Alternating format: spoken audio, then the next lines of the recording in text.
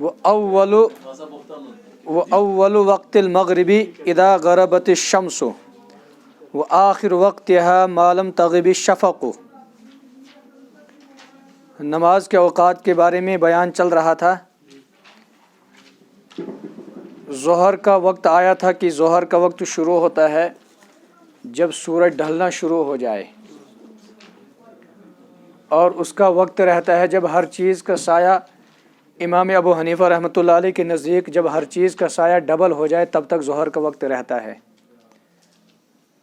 اور صاحبین علیہ رحمہ فرماتے کہ نہیں، جب ہر چیز کا سایہ ایک ہی مثل ہو جائے تب تک ظہر کا وقت ہے، پھر اس کے بعد عصر کا وقت شروع ہو جائے گا۔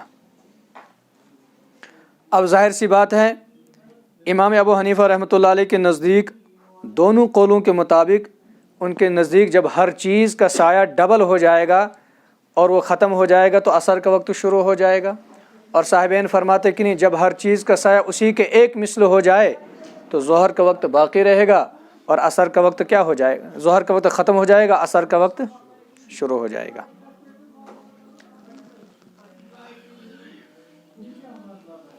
اور عصر کا وقت جب ظہر کا وقت نکل جائے گا تو عصر کا وقت شروع ہو جائے گا جب تک سورج غروب نہ ہو جائے۔ جو ہی سورج غروب ہو جائے گا تو عصر کا وقت ختم ہو جائے گا اور مغرب کا وقت شروع ہو جائے گا۔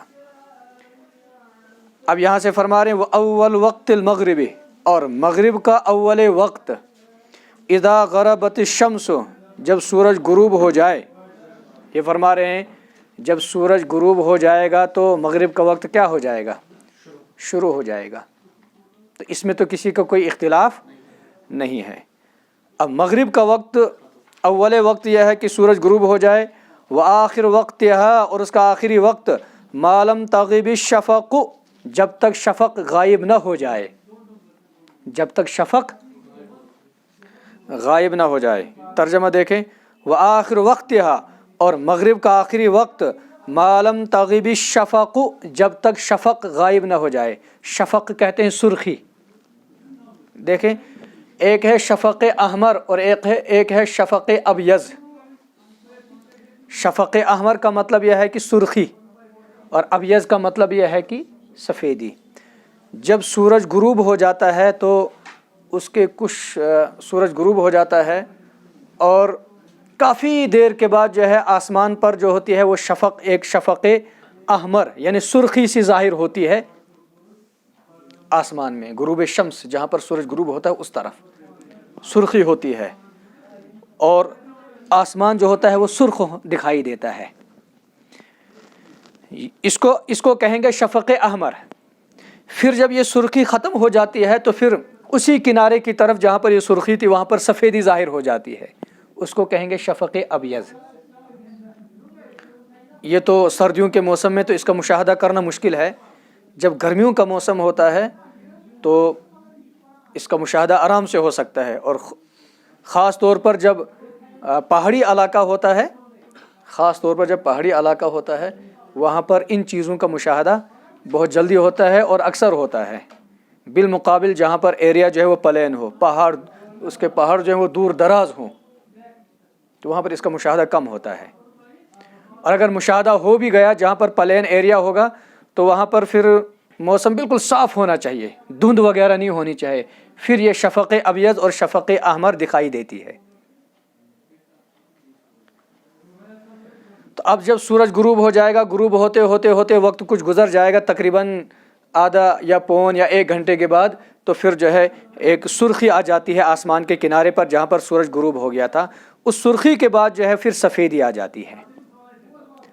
آیا شفق احمر تک مغرب کا وقت ہے، یا شفق احمر کے بعد جب شفق ابیض شروع ہو جائے گی پھر وہ ختم ہو جائے گی تب تک مغرب کا وقت ہے؟ اس میں اختلاف ہے۔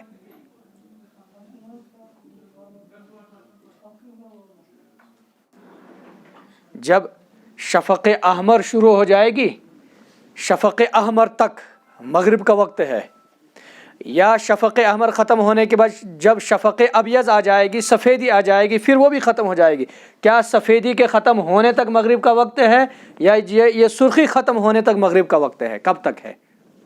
اس میں اختلاف ہے۔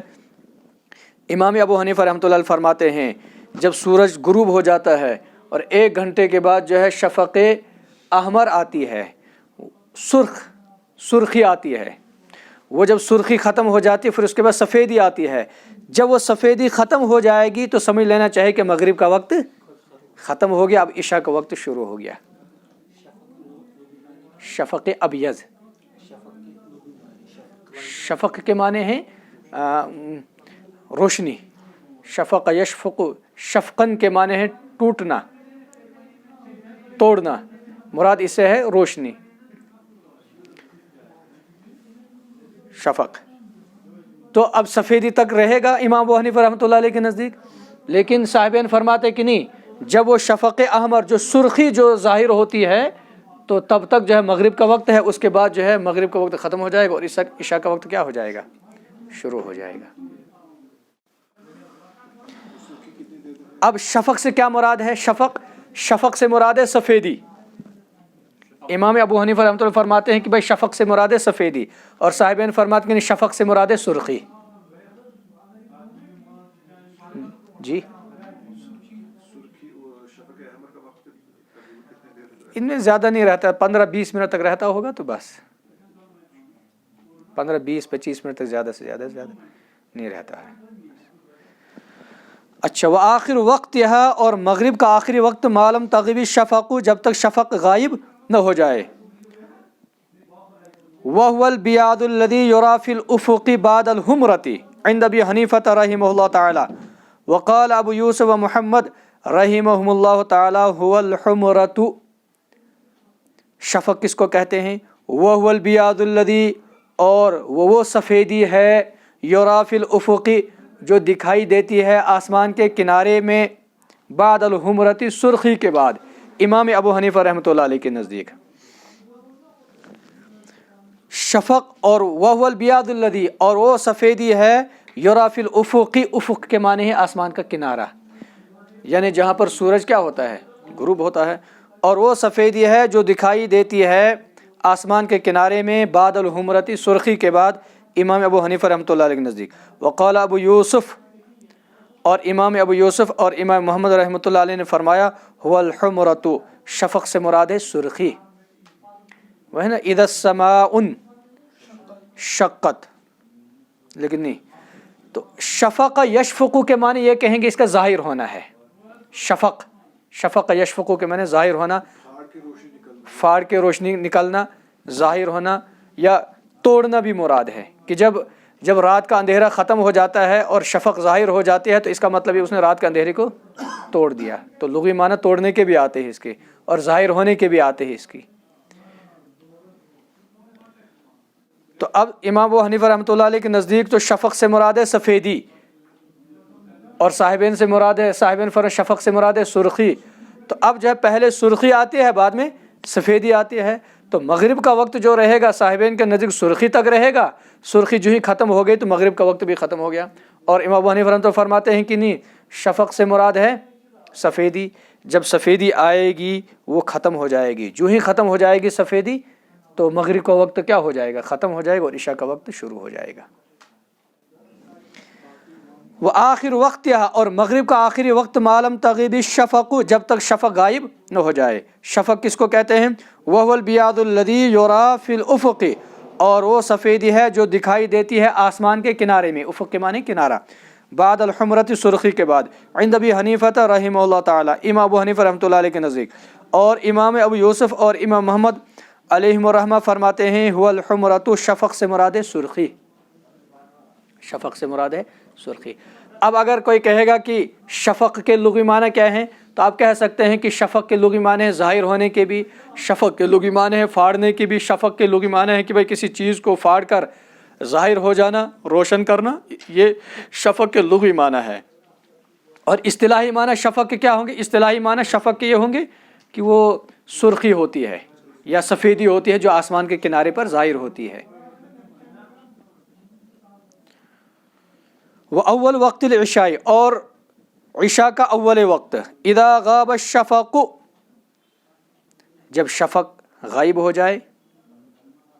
اب ظاہر سی مراد ہے، چاہے شفق سے مراد سرخی لے لو، چاہے شفق سے مراد سفیدی لے لو، دونوں قولوں کے مطابق جس کے نزدیک جو ہوگا تو جو ہی وہ سرخی ختم ہو جائے گی، شفق ختم ہو جائے گا تو عشاء کا وقت کیا ہو جائے گا؟ شروع ہو جائے گا۔ وہ اول وقت العشاء، اور عشاء کا اول وقت اذا غاب الشفق، جب شفق غائب ہو جائے۔ اب اس کا آخری وقت کب تک رہتا ہے؟ اس کا آخری وقت جو ہے وہ صبح صادق تک رہتا ہے۔ صبح صادق جیسے آیا تھا پہلے فجر کے اول وقت کے بارے میں آیا تھا کہ صبح صادق، ایک ہے صبح کاذب اور ایک ہے صبح صادق، تو صبح صادق تک جو ہے وہ عشاء کا وقت رہتا ہے، پھر اس کے بعد جو ہے فجر کا وقت شروع ہوتا ہے۔ وآخر وقتها، اور عشاء کا آخری وقت ما لم يطلع الفجر الثانی، جب تک فجر ثانی طلوع نہ ہو، یعنی صبح صادق مراد، اس پر صبح صادق مراد ہے۔ وأول وقت الوتر بعد العشاء، اور وطر کا اول وقت عشاء کے بعد ہے۔ وآخر وقتها ما لم يطلع الفجر، اور اس کا آخری وقت یہ ہے جب تک فجر طلوع نہ ہو، یعنی فجر صادق، صبح صادق۔ کیا مطلب؟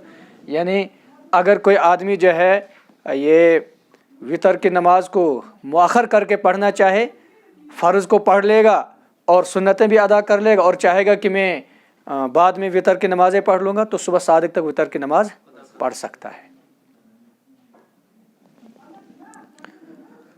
اور وطر کا اول وقت عشاء کے بعد ہے، اور اس کا آخری وقت ما لم یطلع الفجر، جب تک فجر طلوع نہ ہو، یعنی فجر ثانی۔ فجر ثانی سے مراد وہی صبح صادق، جب فجر کا وقت شروع ہوتا ہے۔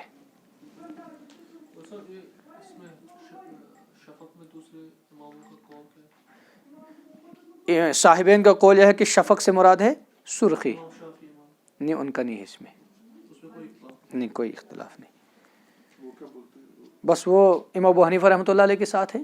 جہاں پر امام ابو حنیفہ رحمۃ اللہ علیہ اکیلے ہوں گے اور صاحبین اکیلے ہوں گے اور کوئی دوسرا امام نہیں ہوگا، تو وہاں پر دوسرے ائمہ جو ہوتے ہیں وہ امام ابو حنیفہ رحمۃ اللہ علیہ کے ساتھ ہوتے ہیں۔ یہ اکثر یہ فقہ کی کتابوں میں ہے کہ وہاں پر جو دوسرے امام جو ہوتے ہیں اگر کسی بھی اختلاف میں نہیں ہو، وہاں پر امام ابو حنیفہ رحمۃ اللہ علیہ کا قول پھر مسلک ہوتا ہے۔ وَيَسْتَحِبُّ الْإِسْفَارُ بِالْفَجْرِ، اور مستحب ہے فجر کو روشنی میں پڑھنا، اور مستحب ہے فجر کو روشنی میں پڑھنا۔ یہاں پر اختلاف ہے، لیکن اختلاف کی طرف ہم نہیں جائیں گے۔ اور مستحب ہے الاسفار بالفجر، فجر کی نماز کو خوب روشن کر کے پڑھنا۔ کیا مطلب؟ مطلب یہ ہے جب خوب روشنی پھیل جائے پھر فجر کی نماز پڑھنی چاہیے۔ اب اس پر اعتراض یہ ہوتا ہے کہ بھائی کتنی روشنی ہونی چاہیے؟ طلوع شمس سے پہلے کتنی دیر نماز پڑھنی چاہیے؟ تو انہوں نے تو یہ مطلق کہا کہ جب خوب روشنی پھیل جائے تو فجر کی نماز پڑھ لینی چاہیے، خوب روشنی پھیل جائے تو فجر کی نماز پڑھنی چاہیے۔ اب کتنی دیر پہلے پڑھنی چاہیے طلوع شمس سے؟ تو اس کا یہ ہے کہ طلوع شمس سے پہلے فجر کی نماز اتنی دیر پہلے پڑھنی چاہیے کہ اگر کسی عذر کی وجہ سے جماعت اول کو لوٹانا پڑے تو جماعت ثانی جو ہے وہ قرات مسنونہ کے ساتھ ادا ہو جانی چاہیے، یعنی مسنون قرات کے ساتھ ادا ہونی چاہیے۔ سنت طریقے پر فجر کی دوسری جماعت ادا ہونی چاہیے۔ مثلا اس کا جو وقت ہے وہ فجر کی طلوع شمس سے پہلے آدھا گھنٹہ ہے، کہ جب سورج طلوع ہونے میں آدھا گھنٹہ باقی رہتا ہے تو آدھا گھنٹہ پہلے جو ہے فجر کی نماز رکھو۔ مثلا 6:30 بجے سورج طلوع ہوتا ہے، طلوع شمس ہے، تو آپ 6 بجے نماز پڑھیے۔ ظاہر سی بات ہے اگر آپ مسنون قرات کے ساتھ فجر کی نماز پڑھیں گے اور سنت کے ساتھ پڑھیں گے تو آپ کو 10-12 منٹ لگیں گے، 10-12 زیادہ زیادہ 15 منٹ بھی لگ سکتے ہیں، پھر 15 منٹ بچیں گے۔ اب اگر جماعت اول کسی عذر کی وجہ سے لوٹانی پڑے گی تو پھر جو ہے 15 منٹ کے اندر وہ قرات مسنونہ کے ساتھ یعنی سنت طریقے پر ادا ہو سکتی ہے۔ قرات مسنونہ یعنی کہ مسنون قرات ہے، مطلب صبح فجر میں جو ہے قرآن کریم تھوڑا سا زیادہ پڑھنا چاہیے، اور وہ زیادہ پڑھنا جو ہے وہ سنت ہے، اس کو مسنون قرات کہیں گے۔ ورنہ اگر فجر کی نماز میں آپ قل هو اللہ احد بھی پڑھیں گے یا انا اعطینا بھی پڑھیں گے تو وہ بھی نماز ادا ہو جائے گی، لیکن وہ سنت طریقے پر ادا نہیں ہوگی، غیر سنت طریقے پر ادا ہوگی۔ اس لیے سنت طریقے پر ادا ہونے کے لیے مسنون قرات، جس کو سنت میں حدیث میں کہا گیا ہے کہ بڑی قرات ہونی چاہیے، مثلا کم سے کم جو ہے 60-70 آیتیں ہونی چاہیے، مسنون قرات کی جو مقدار ہے وہ 60-70 آیتیں ہیں ایک رکعت میں. پھر دوسری رکعت میں جو اس سے کم ہونا چاہیے. پہلی رکعت دوسرے رکعت کے مقابلے میں تھوڑی سی لمبی ہونی چاہیے اور دوسری رکعت تھوڑی اس سے کم ہونی چاہیے. چلو آگے میں وَيَسْتَحِبُّ الْإِسْفَارُ بِالْفَجْرِ اور مستحب ہے فجر کی نماز کو خوب روشن کر کے پڑھنا یعنی روشنی میں پڑھنا. وَالْإِبْرَادُ بِالظُّهْرِ بِالصَّيْفِ اور ظہر کو ٹھنڈا کر کے پڑھنا فی الصیف گرمیوں میں. کیا مطلب؟ یعنی جب گرمیوں کے دن ہوتے ہیں تو ظہر کی نماز کو تھوڑا سا لیٹ کر کے پڑھنا چاہیے. لیکن یہ جو لیٹ کر کے پڑھنا ہے یہ مستحب ہے, یہ کوئی لازمی حکم نہیں ہے, واجبی حکم نہیں ہے, ضروری والا حکم نہیں, بلکہ مستحب ہے کہ اللہ کے نبی علیہ الصلوۃ والسلام جو ہے گرمیوں کے موسم میں آخری وقت میں جو ہے آخر وقت میں ظہر کی نماز پڑھا کرتے تھے گرمیوں کے موسم میں, اور ان کا یہ عمل مستحب ہے. ان کا عمل کیا ہے؟ یہ مستحب ہے. اب اگر کوئی آدمی جو ہے اول وقت ہی میں پڑھنا چاہے, شروع وقت میں پڑھنا چاہے, 1 بجے پڑھنا چاہے تو پڑھ سکتے ہیں, اس میں کوئی حرج نہیں. لیکن یہ مستحب وقت بیان کر رہے ہیں کہ بھائی آپ عمل کرنا چاہیں تو کوئی یعنی ثواب ملے گا, اور اگر عمل نہ کرنا چاہیں تو کوئی عقاب بھی نہیں ہوگا. والابراد بالظہر بالصیف اور ظہر کو گرمیوں میں ٹھنڈا کر کے پڑھنا.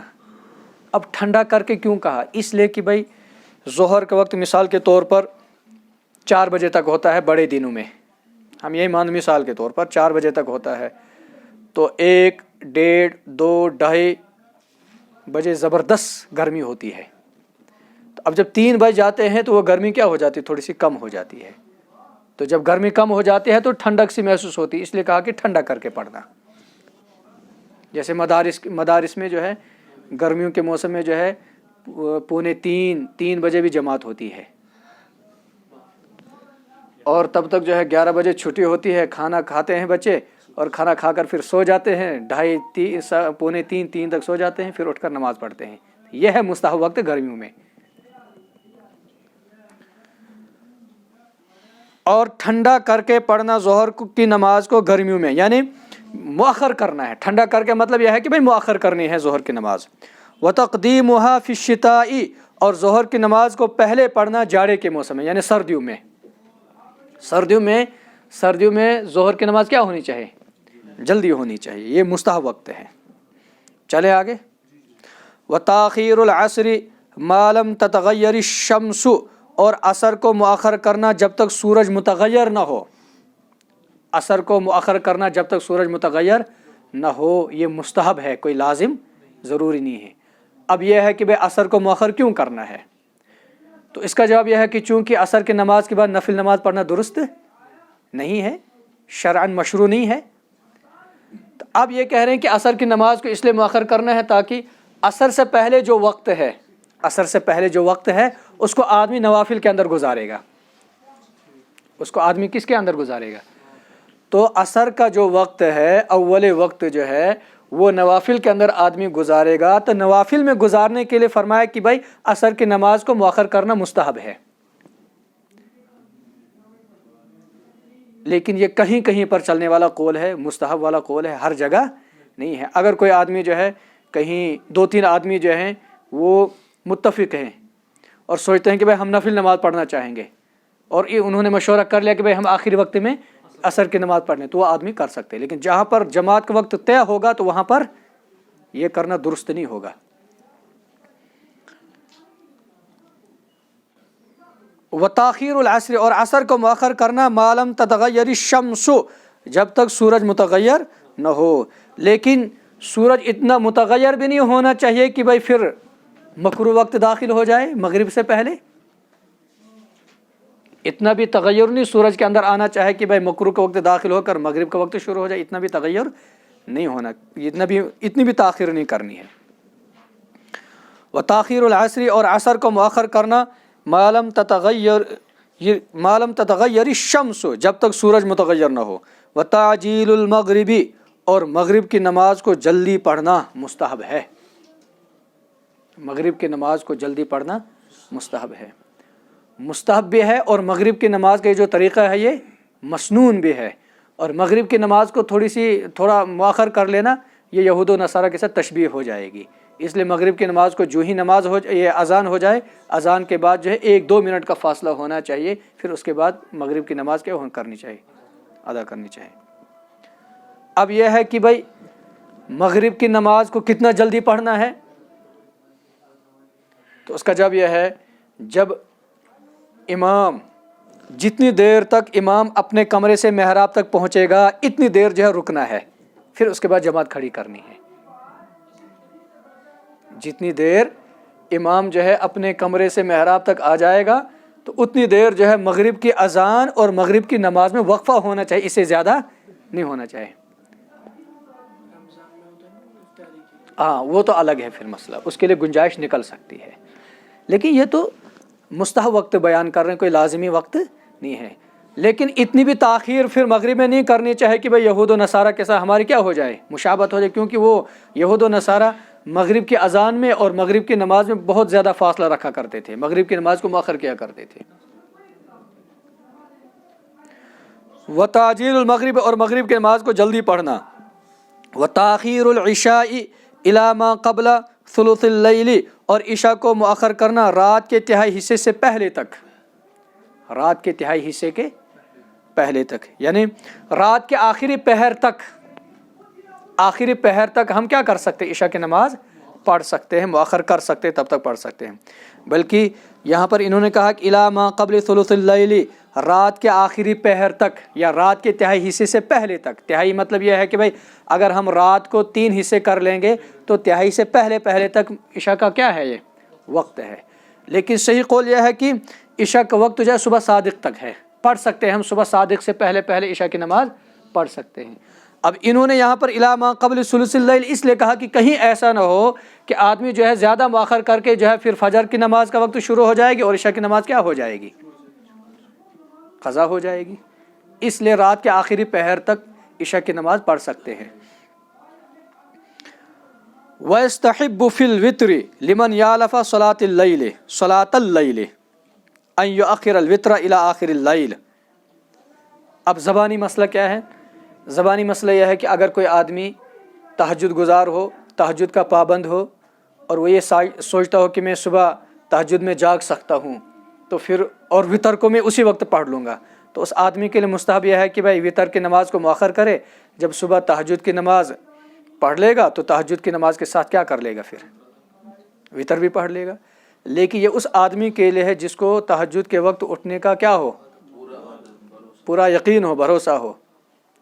لیکن اب اگر کسی آدمی کو یقین ہے ہی نہیں میں تہجد پڑھ بھی سکوں گا یا نہیں، تو پھر اس کے لیے درست نہیں ہے، وہ اپنے وقت پر پھر یہ عشاء کی نماز بھی پڑھ لے اور وتر بھی پڑھ لے، یہ کہہ رہے ہیں۔ وَيَسْتَحِبُّ فِي الْوِتْرِ، اور مستحب ہے وتر کی نماز میں، لمن اس شخص کے لیے، یا لفو